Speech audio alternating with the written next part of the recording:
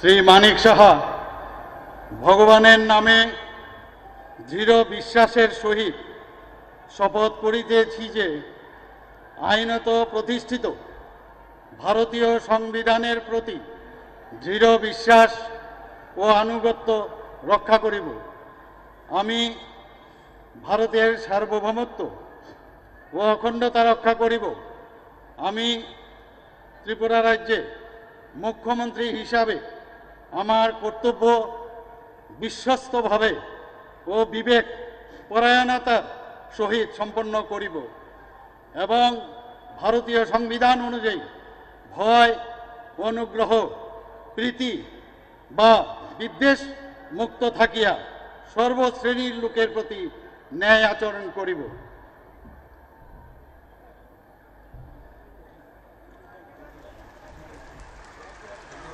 আমি শ্রী মানিক সাহা ভগবানের নামে দৃঢ় বিশ্বাসের সহিত শপথ করিতেছি যে ত্রিপুরা রাজ্যের মুখ্যমন্ত্রী হিসাবে আমার নিকট যে বিষয় বিবেচনার জন্য উপস্থাপিত করা হইবে অথবা আমার জ্ঞাতসারে আসিবে তাহা মুখ্যমন্ত্রীর কার্যনির্বাহের ক্ষেত্রে ব্যতীত প্রত্যক্ষ বা পরোক্ষভাবে কোনো ব্যক্তি বিশেষ বা ব্যক্তিবর্গের নিকট বলিব না বা প্রকাশ করিব না।